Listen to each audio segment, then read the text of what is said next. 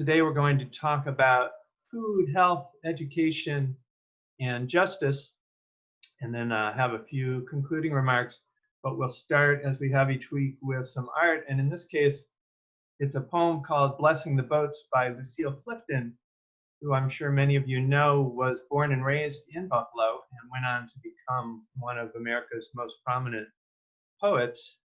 She attended Fosdick-Maston High School, what's now City Honors, and also spent some time at Fredonia before eventually living most of her life in Baltimore. Ended up teaching in Santa Cruz, Columbia, and Dartmouth. But I chose this poem both because it's just because it's a very nice, beautiful poem, but also because its theme is water, and that is what we finished last session talking about, the importance of water and water equity in Buffalo. So I thought it was appropriate for us. It's called Blessing the Boats at St. Mary's. May the tide that is entering even now, the lip of our understanding, carry you out beyond the face of fear. May you kiss the wind, then turn from it, certain that it will love your back. May you open your eyes to water, water waving forever. And may you, in your innocence, sail through this to that. Now we're going to talk about these four different sectors, and we're starting with food and food justice. And when we think about food justice, of course, first we're thinking about the fact that many people in this country still go hungry or eating food that's not nutritious, but there are other important aspects to it as well. There's the impact of food on the environment, and pretty much any environmental issue is also an environmental justice issue. There's the impact on different businesses. How does our food system treat local and small businesses as opposed to big businesses? They're the workers in the food system, and of course animals in the food system. So when we think about food justice, we're thinking about all five of these different kinds of food justice. But the first and perhaps the most important is the question of food security, or people having enough food to eat throughout the course of a month. And still in this country, over 40 million Americans are food insecure, meaning that in any given month, they are likely to go hungry at some point. And those people suffering from food insecurity are not equal by race. There's tremendous racial disparities, and you can see that for whites in this country, about 13% suffer from food insecurity, but for Black and Hispanic families, it's about 1/4 of families who suffer from food insecurity. Food insecurity is, of course, mostly about poverty, about not having enough money to buy good, nutritious food and enough of it. But there are also issues of access. Are you located close to a full-service supermarket? And here's a map of Buffalo where the supermarkets are those little octagons and farmer markets are the triangles. And you can see that they're big swaths of the city that correspond quite closely to where poverty is located. Those light blue census blocks are the high poverty zones. You can see that, for example, on the Near East Side, as you head out toward Broadway, Fillmore, there's no full-service supermarket for literally miles around, which means that if you don't have a car, you're reliant on public transportation to go do your grocery shopping, which, as you know, is a very difficult way to shop for groceries. And so you're going to be likely to get a fair amount of your food from corner stores, from fast food outlets, because those are the ones that you can find close by. But food justice, as I mentioned, is also about the environment and environmental justice. And of course, there are many aspects to that. The way we grow and transport and package our food has many impacts on the soil. How much fertilizer do we use? What kind of fertilizer? What kind of pesticides do we use? But today, probably the most important topic in food sustainability is climate change. And food systems have a tremendous impact on climate change. And in particular in this country, we're very big consumers of red meat and dairy. compared to other countries. And as you can see from this pie chart, red meat and dairy are responsible for a very large percentage of our greenhouse gas emissions. They're very carbon intensive food groups. And that is an environmental justice issue as well, because what climate justice means is that the people who contribute the least to greenhouse gas emissions throughout the world, including in this country, are the people who suffer the worst impacts. So if you think about an event like Hurricane Katrina and who suffered the most from that, it was people with the lowest incomes and people of color who contribute the least to the climate change emissions that make events like Hurricane Katrina or Superstorm Sandy more likely and more severe. You might be surprised to know that if you combine the top 5 meat and dairy companies in America, they actually are responsible for more carbon emissions than the biggest oil companies like an Exxon or a Shell. And if you think about that concentration of the food system in those big companies like a JBS or a Tyson, that brings us to this other aspect of food justice, which is who dominates our food system? And is it the small family farmers, or is it the big industrial factory farm type corporations? Is it small meat packing plants, or is it enormous ones like Tyson? Who benefits? Is it the smaller businesses or the bigger ones? Is another aspect of food justice. And those big companies like Tyson are also notorious for exploiting workers, for having very unsafe, very badly paid, but also physically unsafe, harmful places. So this image of a meatpacking plant, you can see how it would be quite likely, as turned out to be the case, that a lot of the worst COVID outbreaks are happening in places like meatpacking plants where workers are clustered very close together doing this really difficult, dangerous, repetitive labor. Of course, factory farming is tough on the animals as well, with animals being confined in very small cages and injected with all kinds of chemicals and otherwise treated in ways that give rise to concerns among people worried about animal welfare. So all these things together are part of what we mean by food justice. And the question, of course, is what can we do about it? Lots of different things, of course, but I'm going to focus on just one because there's a very vibrant effort here in Buffalo to affect the food that is served to our Buffalo public school children through the Good Food Coalition. It's part of a national movement. And one of the reasons I focus on it today is because it brings to life a different way of affecting public policy. So if you think about public policy, you often think about laws and regulations that government passes, but government also spends a lot of money. It buys a lot of goods and services. And one way you can affect public policy is by affecting the way that government makes those purchases. So if you think, for example, about who buys food, well, big public institutions buy a lot of food. Buffalo Public School System is serving 28,000 lunches and 25,000 breakfasts every day. That's a lot of food. And so if you can have an impact on the food procurement by the Buffalo Public Schools, you're impacting, of course, most importantly, the kids who are eating that food, trying to make it fresher, more nutritious food, but you're also affecting that whole food system. And so the idea of good food purchasing is helping big institutional purchasers like food, like school districts, to buy food in a way that rewards not just nutritious food, but also the smaller, more local farms, the ones that treat workers better, the ones that treat animals better, the ones that treat the environment better. And this has been quite successful so far in Buffalo already, and there's a lot of work left to do, but already Buffalo Public Schools is shifting its food purchasing to make it more local, more food from the region, more from New York State, more nutritious, more sustainably grown food. And that takes a lot of work. Kids who have never eaten acorn squash before, it might not taste good to them. And so there's a lot of communication and education and sort of marketing that takes place to make this kind of effort a success.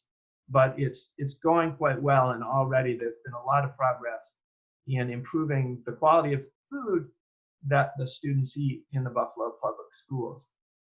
That, of course, is a big health issue, and it brings us to our second topic for today, which is health equity. Here we're going to focus on 5 of the many issues that we could talk about. We'll talk a little bit about lead paint, about asthma, workplace health and safety, COVID impacts, and mental health, all through the lens of equity.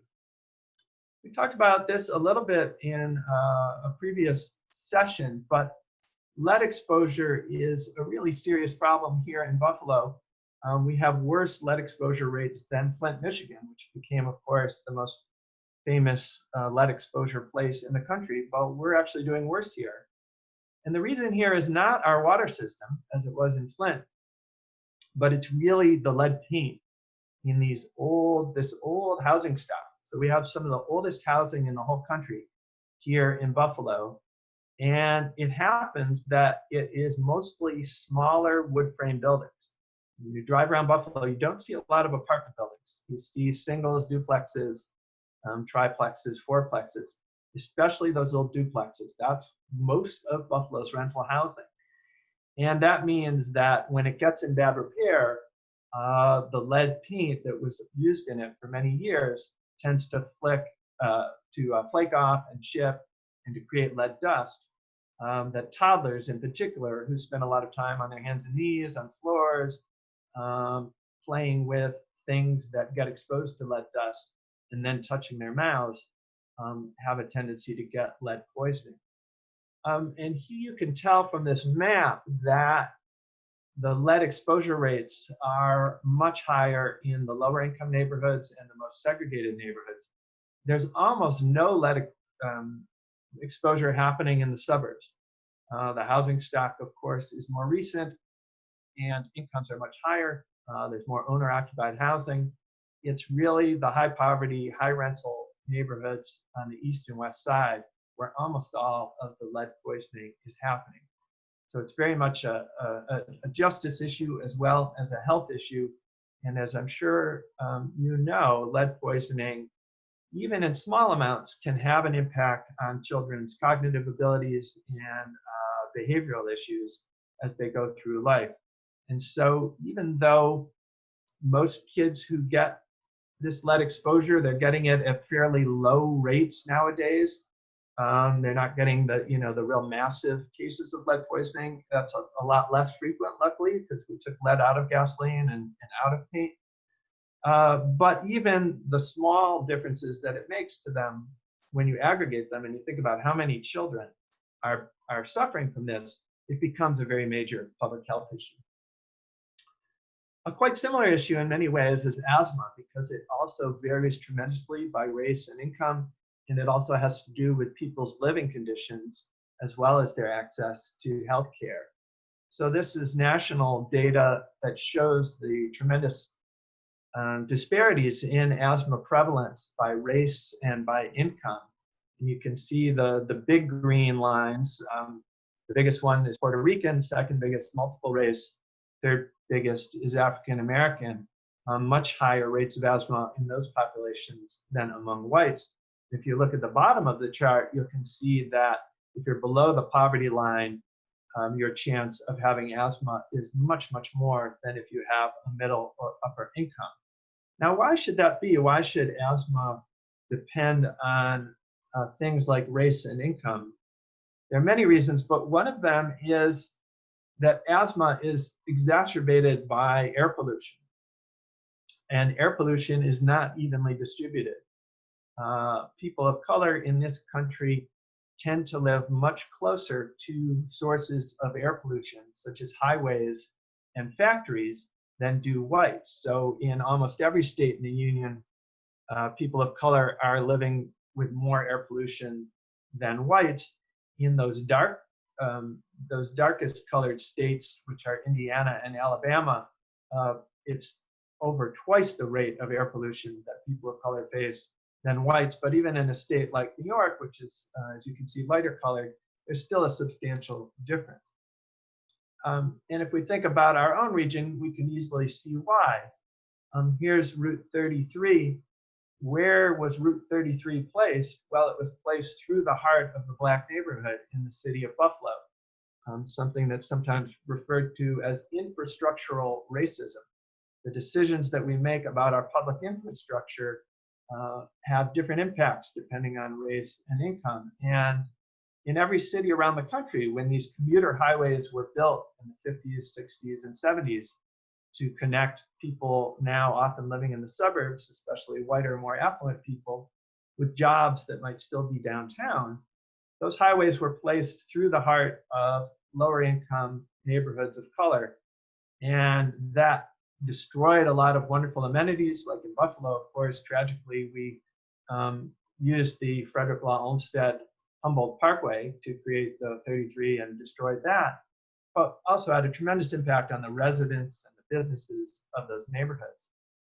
Here in Buffalo, the Restore Our Community Coalition is working hard to improve the Kensington Highway and restore some of it to an Olmsted Parkway, possibly capping it where it's deepest and putting the parkway back on top and having the cars go down below. That would redress some of the harms that was caused by Route 33.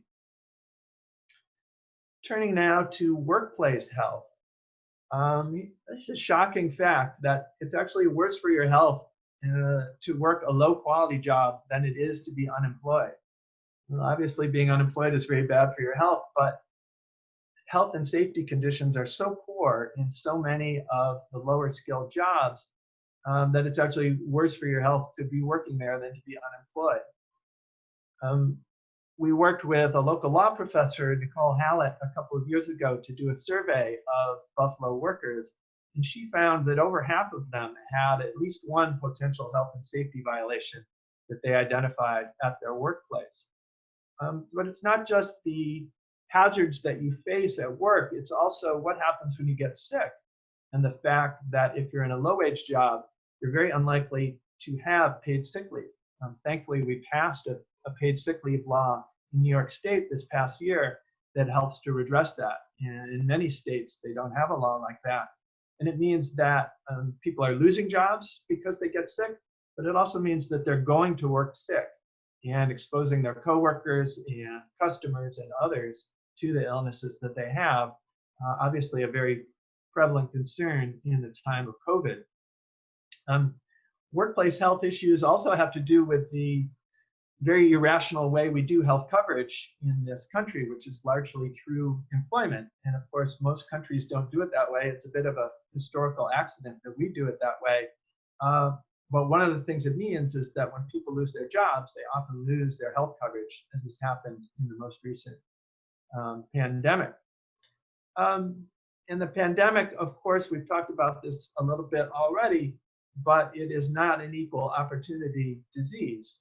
The hospitalization rates across the country are much higher for people of color than for whites. You can see here that for Native Americans and Blacks and Hispanics, the rates are tremendously higher than they are for whites.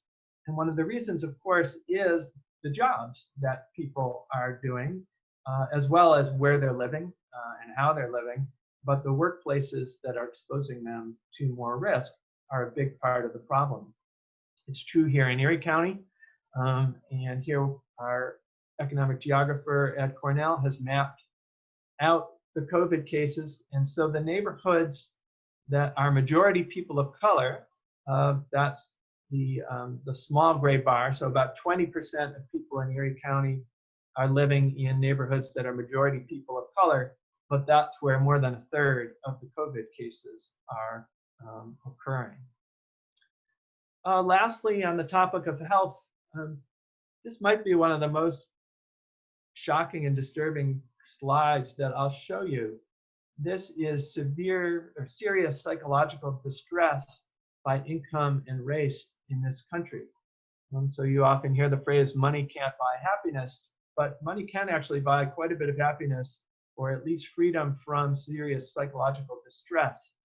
And you can see that mental health problems are overwhelmingly higher among people with lower incomes because many reasons. It's not just about their access to quality health care. It's a lot about the stresses and traumas that people living in poverty are exposed to on a daily basis. Being discriminated against is a very stressful occurrence that is extremely bad for your physical and your mental health. So equity is very much an issue in our mental health systems as well as in other parts of our healthcare.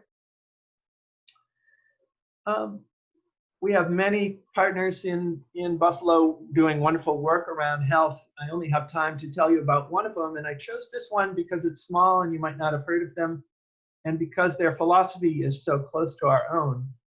So they're called Connect, and they were formerly called the Community Health Worker Network of Buffalo.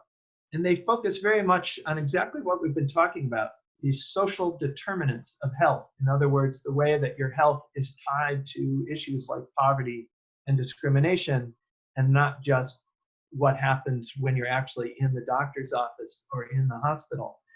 And they focus on what they call community health workers, and that means people involved in health, whether they're working in doctor's offices or working in a seemingly unrelated field like housing, that, as we've seen, has a lot to do with health.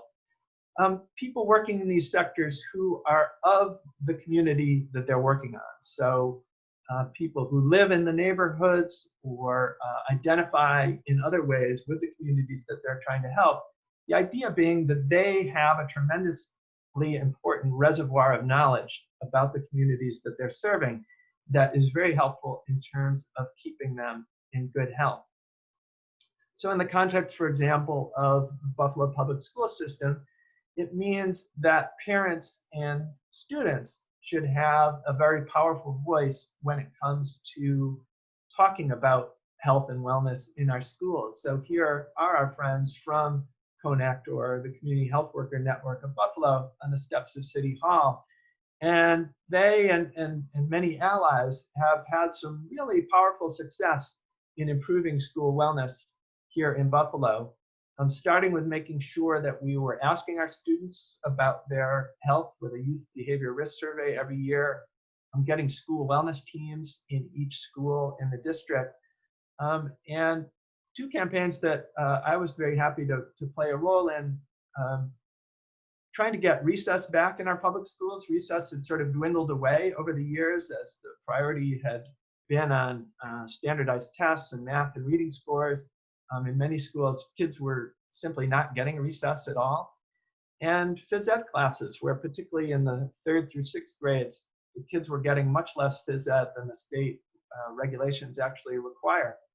And the Community Health Worker Network, now Connect, and their allies were successful in getting recess restored to the schools where it was missing, and in getting 44 new phys ed teachers hired so that the kids could be getting the kind of physical education that they deserve and that was actually required by law. Which brings us to our third topic of education. And of course, this is a massive topic, and one I have some trepidation about discussing because you have a real expert among you, Amber Dixon, who knows a lot more about this than I do. But I will make a few remarks nonetheless.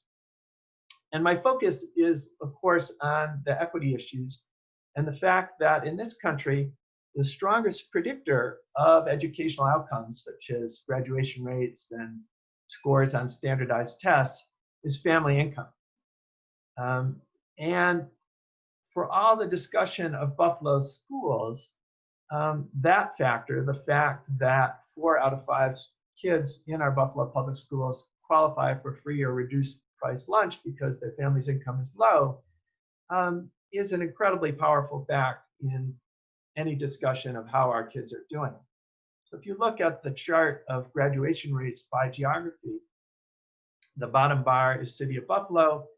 The next bar up is what happens when you combine similar school districts in the state of New York: Buffalo, Syracuse, Rochester, and Yonkers, then New York State, and then the United States. And what this tells me is that high poverty school districts like Buffalo and Rochester and Syracuse are sharing the same fate. It's not something unique to Buffalo. It has to do with the incomes of the families that are attending the schools and what is likely to occur in their educational outcomes. Because what happens outside of school is much more powerful in predicting how they will do in school than all of the, of course, very important things that happen inside school. Here you can see the local figures where we're able to compare Buffalo schools to some of the suburbs near around them. And the yellow bar tells you the rate of economic disadvantage. So as I said, 4 out of 5 kids in Buffalo are facing economic disadvantage, whereas in Amherst, it's less than 1/3. No surprise then that the Amherst graduation rate is so much higher than the one in Buffalo. What can we do about it? Again, so many partners doing great work in the field of education, but we just have time to talk about one today, and I'm sure it's one you're familiar with, Say Yes. What you might not know, perhaps you do, is that Say Yes is more than the college guarantee. So the kind of first cornerstone of Say Yes is the idea that any kid who graduates from Buffalo Public Schools will be able to attend college. They'll get the financial assistance that they need. Whatever is not provided by state or federal government or other sources will be made up by Say Yes. An incredibly powerful program and guarantee, but Say Yes is so much more. They recognize that kids will not make it to college and will not succeed in college without a lot of other supports. And so they have a focus on the whole child, and mentoring is a really important part of Say Yes. They have a great mentor program called Boys and Young Men of Color. One of the innovative things about that is that in addition to mentoring, the youth get a chance to talk about public policy and actually get involved in public policy discussions and advocacy. And that's an incredibly empowering thing for the young boys and men, but also really valuable for Buffalo to hear their voices, to hear from the people, some of the people most affected by the choices that we make, what they think those choices should be. We talked about the incredible disparities in mental health, and that's recognized by Say Yes, and so they have helped to set up mental health clinics in the Buffalo Public Schools. And I show you this slide to show, how many partners are involved in this effort, and that whole notion that it takes the whole community coming together to address some of these really tangled, deeply rooted issues that our families are facing. Our final subtopic for today is criminal justice. And in this case, I'm sort of going to take you through our involvement at PPG in these issues in recent years. And it'll give you kind of some sense of how we work and how these issues come across our desks and then what we do about them. So in this case, our partners had not asked us to do that much work around criminal justice when in our early years. But then I got a call from a social justice committee at St. Joe's Catholic Church. And their committee had read the book, The New Jim Crow by Michelle Alexander, that talked about racial disparities in our nation's criminal justice systems and the impact that the war on drugs had had on those disparities. And they had a simple question for me. They said, well, what's it like here in Western New York? Are we facing these issues that Michelle Alexander talked about in The New Jim Crow? And has anyone studied that? And it turned out no one really had studied that. And I was lucky that summer I had a wonderful intern named Erin Carmen, who was in law school at the time. She's now a professor of social work at Damon College. But she was with us for the summer, and I asked her to run the numbers. And she did that, and she found things like this. So if you look in the middle of the chart, you will see that African Americans are about 14% of the population in Erie County. That's the blue bar there. They're about a third of the population of people living in poverty, but they make up 42.6% of arrests in Erie County. So in other words, poverty plays a really powerful role in determining whether people are going to end up in the criminal justice system, but it's more than poverty. Race obviously plays an important role as well. So there's something more going on. There are aspects of racism and discrimination that are manifesting themselves in our criminal justice systems along with poverty. So once we had these numbers, we were able to put data behind stories that people had been telling for years, but didn't necessarily have the data to talk about. Now suddenly advocates could cite these numbers and ring the alarm bell and say why we needed to address these problems. The next step in our journey was that we and 3 other nonprofits had the chance to compete for some national funding to address some of these deeply rooted equity issues in Buffalo. And happily, we were able to win one of 3 places that won that national competition. And we were able to start a new nonprofit called Open Buffalo. And Open Buffalo asked the community what issues needed addressing, and criminal justice was one of those top issues.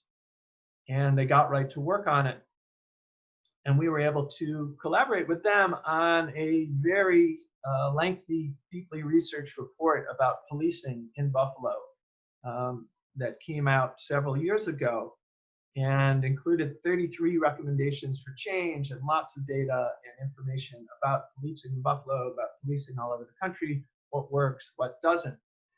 One of the most important things we did was Open Buffalo's idea. They said, we've got to talk to the residents of Buffalo first and find out exactly what's going on with policing, how they feel about it, what their experiences are.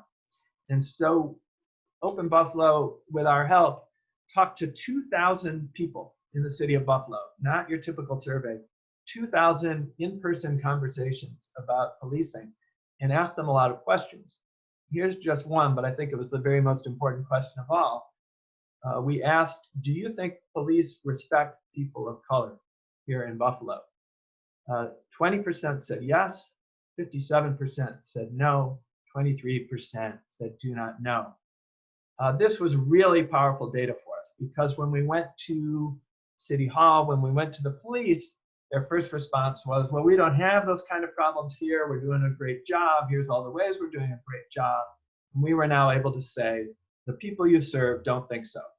And here are the numbers. We talked to over 2,000 of them, and they do not think that the police respect people of color in the city of Buffalo. We had similar data for youth, for women, for immigrants and refugees, but this was the most stark of all those findings. So that helped our partners advocate for changes, and we started to see changes. The Buffalo police agreed to start using body cameras. And so then our role becomes, well, okay, great, you're going to have body cameras, but it matters a lot how those are used and what the policies are that control how the officers use them. So we did some research and writing and advocacy around how body cameras should be used. So for example, when do the police officers have to turn them on? When can they turn them off? Once you have the footage, who gets to see it and how? What are the best practices from around the country that affect things like that? Well, as we talked more about criminal justice, this issue of drug policy and the war on drugs kept coming up. And so along with our partners, we started to do more research about this. And this was a really interesting issue for us and some of our partners because we had not really been involved in drug policy. We hadn't been involved in marijuana policy in our early years. It wasn't an issue that necessarily called out to us at first because we understood that the health problems around the use of marijuana, and it wasn't something we wanted to encourage people to do, but we came to understand it as very much a civil rights issue and a public health issue as well. And we came to understand that addressing marijuana with the criminal justice system rather than the public health system was not working. It was very similar to attempting to prohibit alcohol, as this country tried, and that was a big failure. But we were still failing with marijuana. And so again, we we looked at the data, we looked at the numbers, and we found that here in Erie County, marijuana arrests were very much disproportionately affecting African Americans.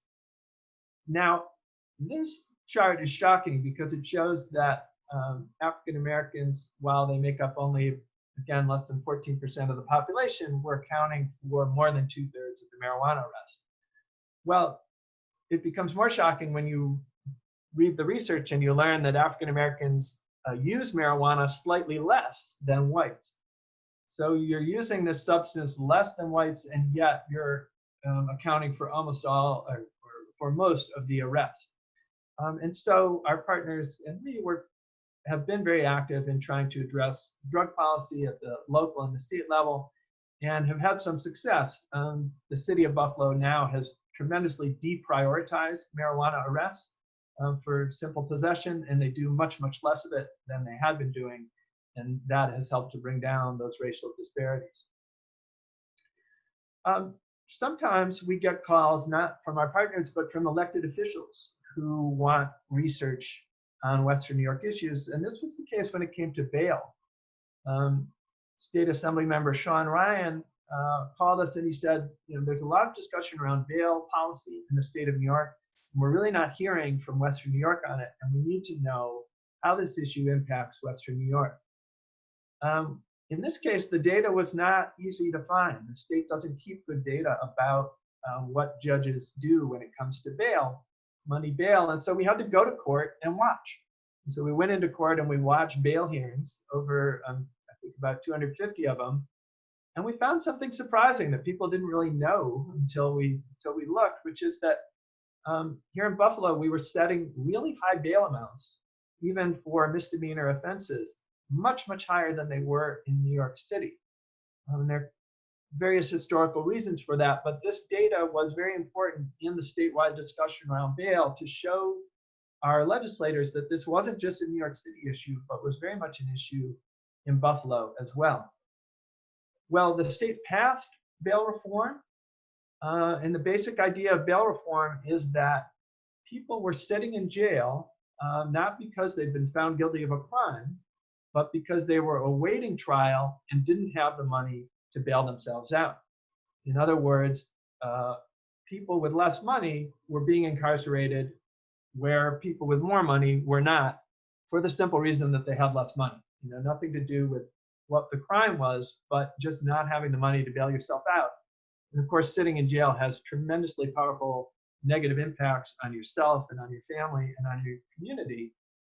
So it was a major issue, and the research showed us that the way we were using money bail in this state was making us less safe, not more safe. And so change came, but then there was a lot of pushback, and there were a lot of alarmist stories and scaremongering happening. And so then our role became to keep people to the facts and to show the data and show the research to say that less use of money bail was not going to make us less safe.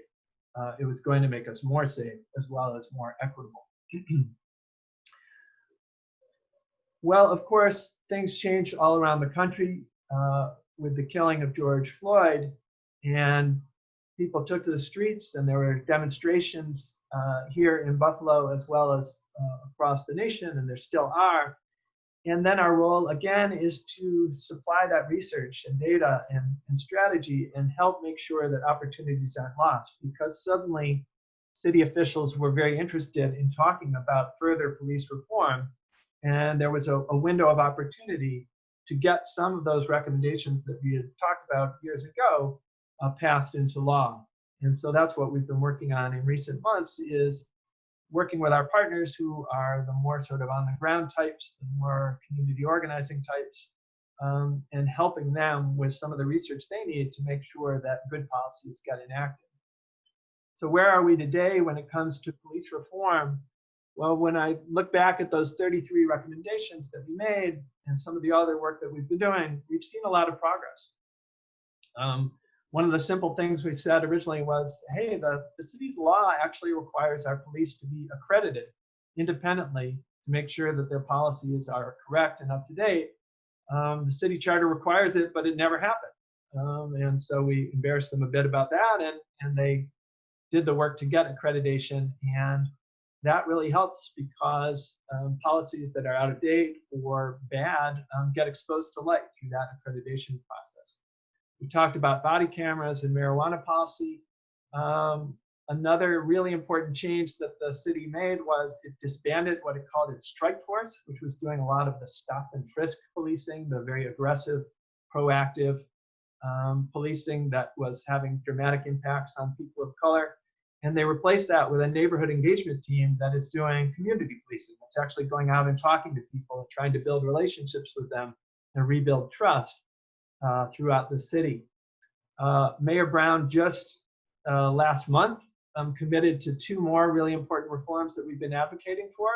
One was that when they stop people and search them or question them, they now have to give them receipts that show the officer's name, the badge number, and the reason for the stop. This really discourages unconstitutional stops by police officers. And when they do make the stop, it ensures that the person stopped, if the stop was unfair or illegal, knows what to do about it. The mayor also committed to something we're really, really excited about, which is law enforcement assisted diversion, or LEAD. And that means that if the underlying problem that's presenting is really one of poverty or mental health or drug addiction, the police officer, instead of arresting the person and putting them into that criminal justice system that has so many problems with it, can take them directly to social services and address the problem at its root. So the mayor has just committed that we will have a LEAD program, law enforcement assisted diversion, here in Buffalo. Still lots to do. On the to-do list, you'll see further reform needed on our fines and fees. So traffic fines and fees have a tremendously disproportionate impact on people with low incomes and people of color. Ferguson, the problems in Ferguson were very much wrapped up in the fact that the city was chasing revenue through fines and fees through their policing. Demilitarization means the way that our local police forces have received all kinds of weapons and armaments from the US military in recent years, and it has led to a much different style of policing. A much more military style has taken over throughout the country in their efforts to undo that. Civilian review means having people who are not police officers review cases of police misconduct.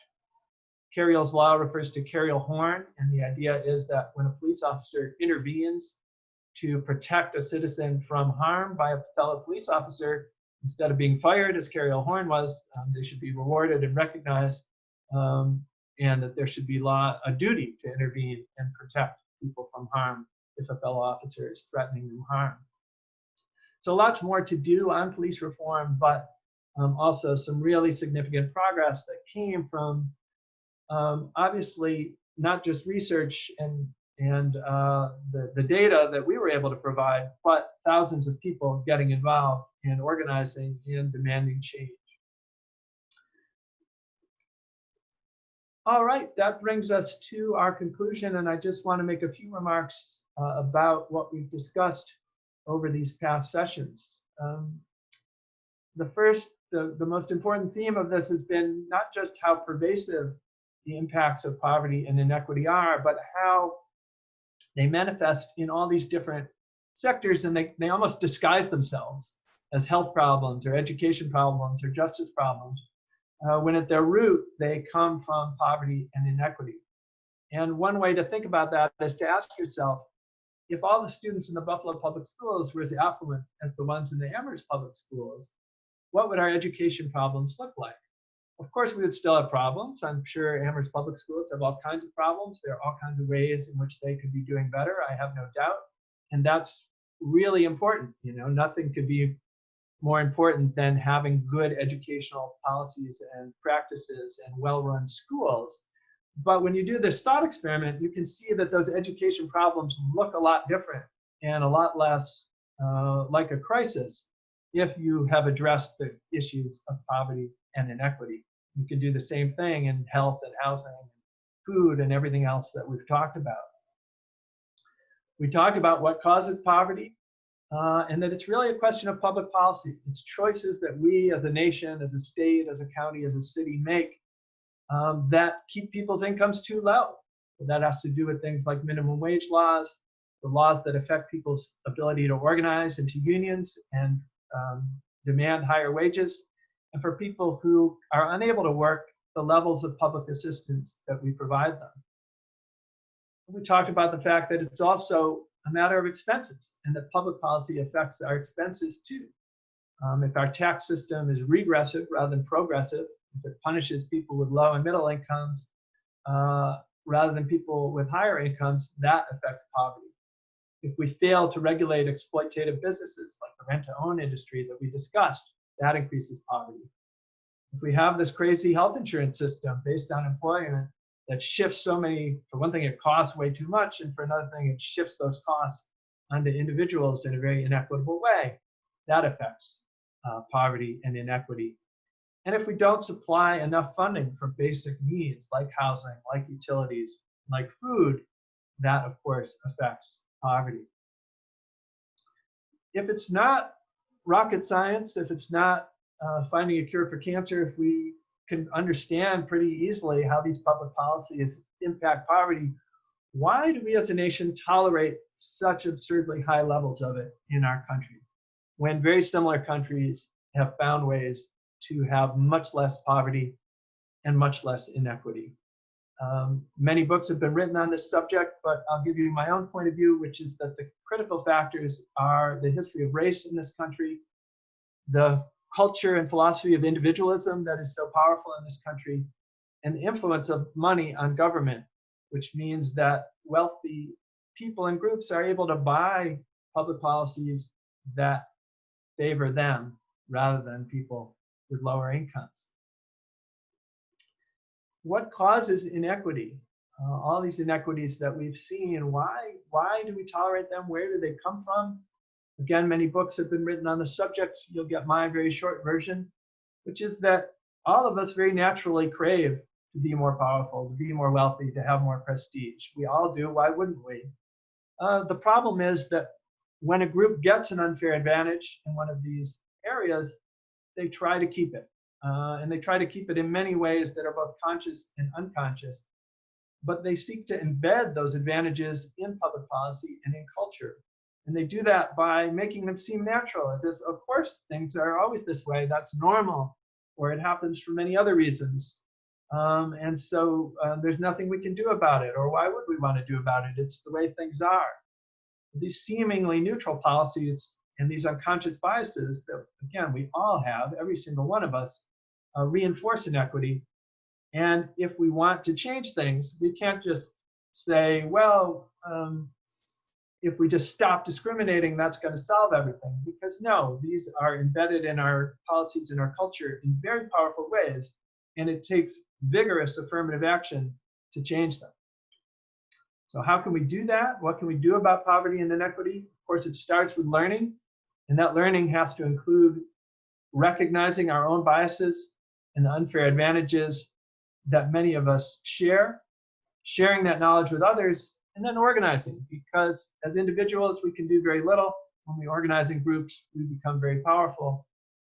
And then fighting for those policies that raise people's incomes, that lower their expenses, that prevent and redress discrimination, and as we've said, affirmatively dismantle legacies and structures of inequity.